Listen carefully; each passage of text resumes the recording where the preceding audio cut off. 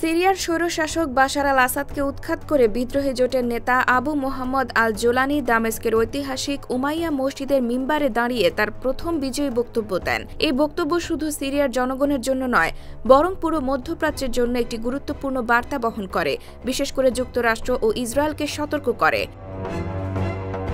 আসাদের পতনের পর আল জোলানি আরও শক্তিশালী হয়েছে, তবে তার সামনে সবচেয়ে বড় চ্যালেঞ্জ হল পশ্চিমা শক্তি, বিশেষ করে যুক্তরাষ্ট্র ও ইসরায়েল। তাদেরকে সতর্ক করে তিনি বলেন, নতুন সিরিয়ার সঙ্গে তারা যুক্ত হলেও সিরিয়ার অভ্যন্তরীণ বিষয়ে হস্তক্ষেপ করার অধিকার তাদের নেই। তিনি সিরিয়ায় ধর্মীয় ও সাম্প্রদায়িক বিভাজন দূর করার আহ্বান জানান।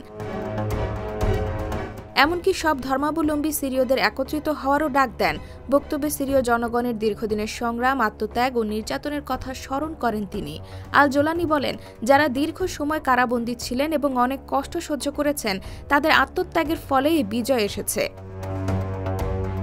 এছাড়াও বিজয়ী বক্তব্যে সিরিয়ার নাম খারাপ হওয়ার জন্য আসাদের শাসনকে দায়ী করেন তিনি। বলেন, সিরিয়া আর মাদকের রাজ্য হবে না, বরং এটি একটি স্বচ্ছ এবং মাদকমুক্ত দেশ হিসেবে পুনর্নির্মাণ হবে। আল জোলানি সিরিয়াকে শান্তি এবং সমৃদ্ধির পথে এগিয়ে নিয়ে যাওয়ার প্রতিশ্রুতি দেন। বলেন, এই বিজয়ের মাধ্যমে সিরিয়া একটি নতুন যুগে পা বাড়িয়েছে। সোমবার মার্কিন গণমাধ্যম CNN-এর প্রতিবেদনে আল জোলানির বিজয়ী বক্তব্য তুলে ধরা হয়। IBTV USA, new York.